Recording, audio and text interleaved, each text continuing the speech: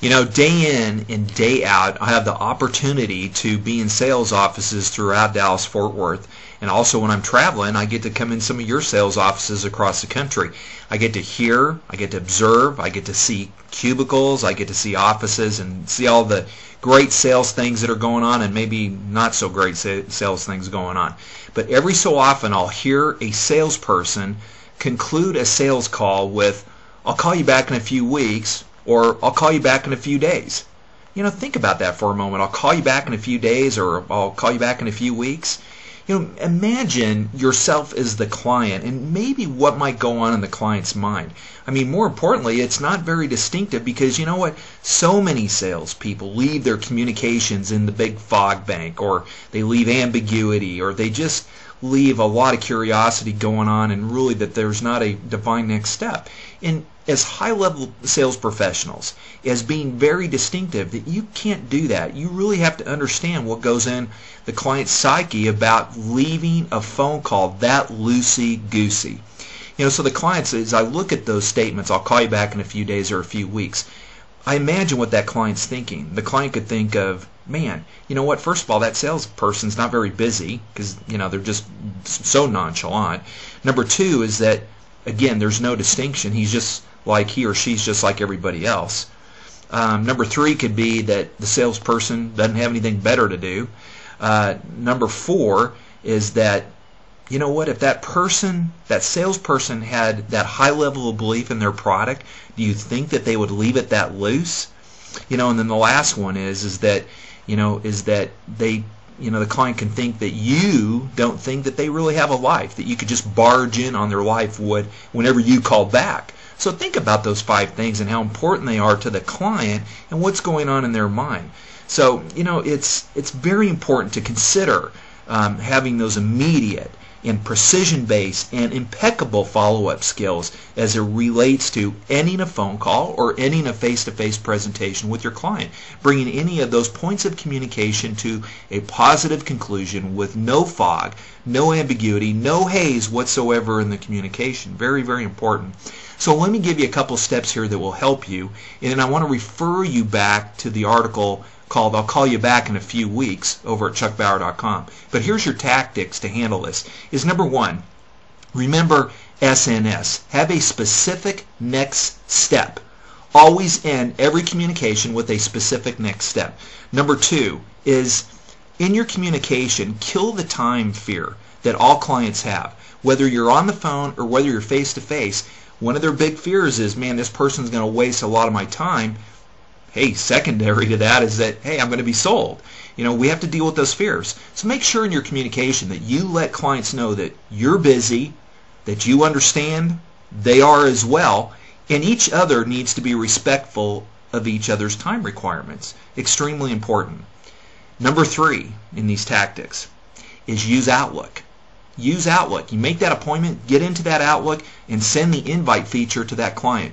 Just a couple weeks ago, I was talking to a sales vice president of a large organization here in Texas. Her office is here in Dallas. But at the end of our second phone call, she said, you know what, Chuck? She said, one of the things that got my attention into working with you is that you utilized the Outlook calendar invite feature.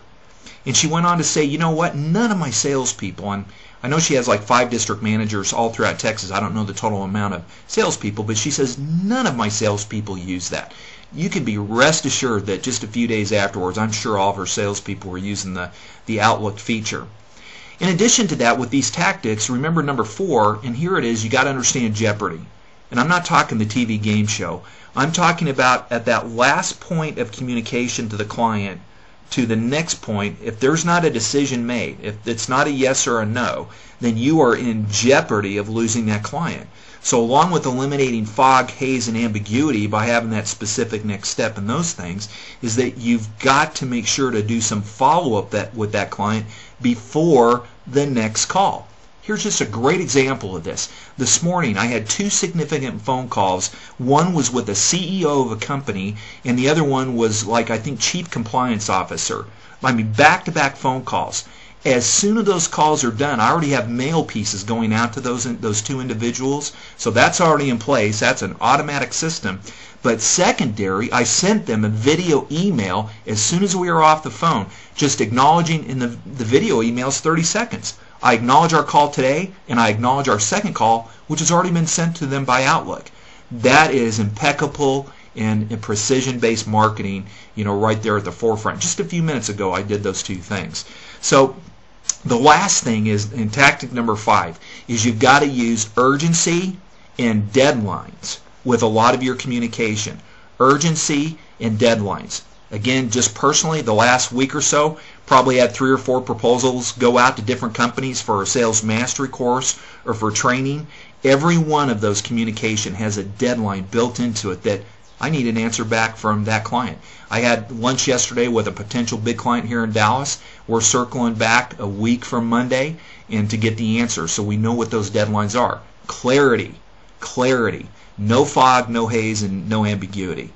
Last but not least, please attend chuckbauer.com and go look up this article, and it's titled, I'll Call You Back in a Few Weeks. Just click on articles, and you can put it in the search function or just pull up the main list. I'll call you back in a few weeks. There is an actual transcript from one of my clients and how they navigated to have basically the 5 things that I've just talked to you about. Killing the fear of time, having a specific next step, having a deadline put in there, urgency in the communication. And that is all written out for you in that article. So you need to get over to chuckbauer.com, find the article, I'll call you back in a few weeks, and you can see exactly the transcript of how my sales student just took care of all those 5 tactics and brought clarity, brought sunshine to the sales environment. So with that, I just want to thank you for your attention today to this very, very important message. Please remember, if you need sales tools, jump over to CB. That's CB for Chuck Bauer, cbsalestools.com. And don't forget the new programs that are being launched in April. We have Sales Chat, we have Sales Watch, and we also have Sales Focus. 3 new programs and services that are going to be launched in April. So with that, God bless, Godspeed, and I'll see you down the road. Take care for now. Bye-bye.